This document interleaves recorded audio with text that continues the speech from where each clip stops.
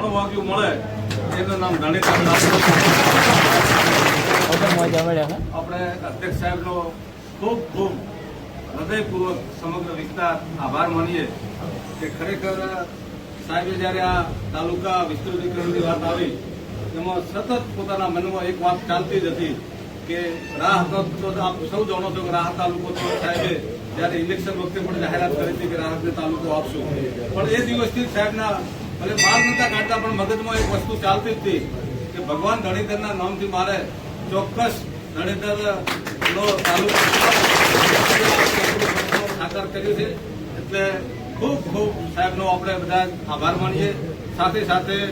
સાહેબની વાતને સ્વીકારી અને જે આ નિર્ણય લેવામાં જેને સરકારશ્રીનો પણ આપણે ખૂબ ખૂબ આભાર માનીએ. વિશેષ બધી જ વાત હમણાં જ સાહેબ આપણાને બધી કરશે, પણ જે રીતે આપણા વિસ્તારની અંદર અત્યારે વિકાસની વાત હોય સમગ્ર ગુજરાતની દેશની દુનિયાની અંદર પણ અત્યારે આપણા વાવ થરાદનું નામ આવતું હોય, આપણાને જિલ્લો જ્યારે મળ્યો હોય ત્યારે પણ વાવ થરાદ નામથી જિલ્લો મળ્યો હોય અને સમગ્ર ગુજરાતની અંદર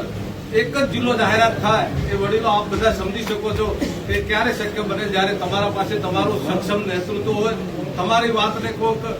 મજબૂતાઈથી જ્યારે રજૂ કરે અને એ વાતને સરકારને પણ માન્ય રાખવી પડતી હોય એવો જ્યારે નેતૃત્વ આપણને મળ્યું છે ત્યારે આપણે સૌ નસીબદાર છીએ. અને આવનારા સમયની અંદર આપણા વિસ્તારની અંદર આપણો જિલ્લો આપણો તાલુકો સમગ્ર પંથક વિકાસની જે ગતિ અત્યારે ચાલી રહી છે એ જ ગતિથી આગળ વધશે અને ભગવાન ધણીધર આપણાને સૌને આ જે નવી નિર્ણય કર્યો છે એમાં આપણાને બધાને સાથે મળી અને એકતાની ભાવનાથી આપણે સૌ કામ કરીએ અને માનનીય અધ્યક્ષ સાહેબને એવી શક્તિ આપે કે જે આપણો જે વિકાસ ચાલી રહ્યો છે એનાથી પણ અનેક ગણી ગતિથી વિકાસ જય ધણીધર ભારત માતા.